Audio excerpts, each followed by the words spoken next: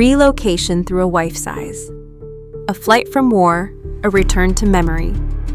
I never imagined I'd have so many uprooted stories to tell about fleeing war-torn cities, rescuing my beloved dogs from impossible places, or watching how national grief turns into nationalism.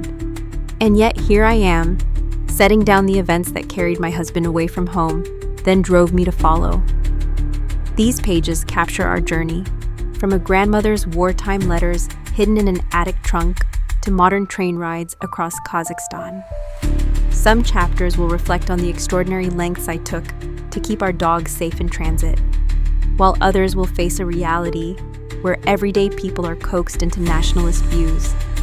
At the heart, though, is one truth I keep coming back to. We all long for a place to belong, even when that place can no longer hold us. Part 2: Wartime Letters, Long Train Rides, and a Side of History. It's hard to continue this story without turning to earlier chapters in my family's history. Two places, Kazakhstan and Leningrad, became points on a map that intertwined the fates of entire generations.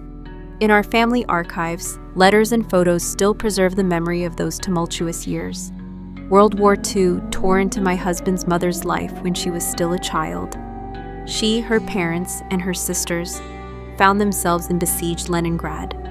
In August 1941, just before the blockade sealed the city, they managed to evacuate to Kazakhstan. However, her father, my husband's grandfather, lost his seat on the official evacuation transport to an act of corruption. A bureaucrat sold it for personal gain. In early September 1941, a week into the siege, he wrote a farewell letter to his wife, fully expecting he wouldn't make it. His very last letter came in December. By January of 1942, he had starved to death. The family received his letter only in February, too late. We still keep these letters, which he had addressed to his wife in Kokshetov. Every Russian grows up hearing about the Siege of Leningrad, that heroic yet tragic chapter of the war. The evacuations were famously brutal, defined by deprivation and cold. But as modern narratives shift, inconvenient truths risk being erased.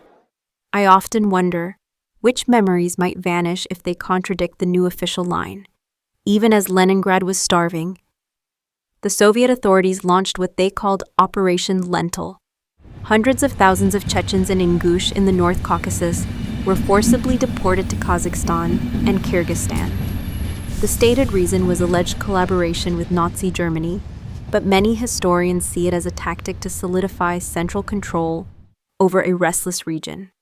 By winter 1943, my husband's mother, still a young girl, had settled in Kazakhstan with her family.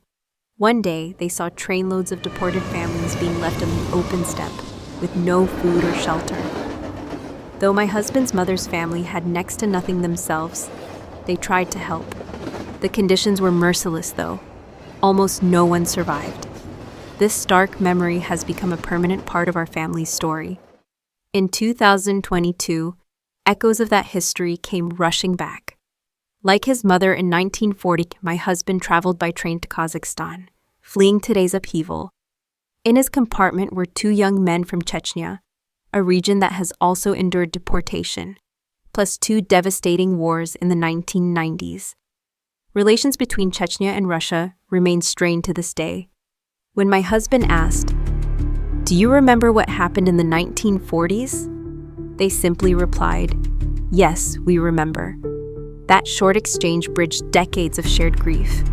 The very fact that they were all on this train, leaving their own country to avoid a fratricidal war, was itself a kind of resistance.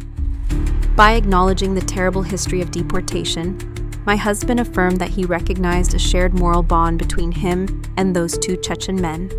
He also reconfirmed the stories his mother had passed down from her childhood, memories no propaganda could uproot. Sadly, when I recount these events to some friends back home, citing my family's first-hand experience of the deportations, many refuse to believe it ever happened. It's a bitter example of how powerfully official narratives bury the past, dragging collective memory into oblivion. This concludes part 2 of our ongoing story. Though separated by decades, These chapters share a common thread: a country in turmoil, families forced to uproot themselves, and an enduring question of what it means to recall history when others want it forgotten. This is only the beginning of what our family's memory has to say. Stay tuned for more chapters in this unfolding journey.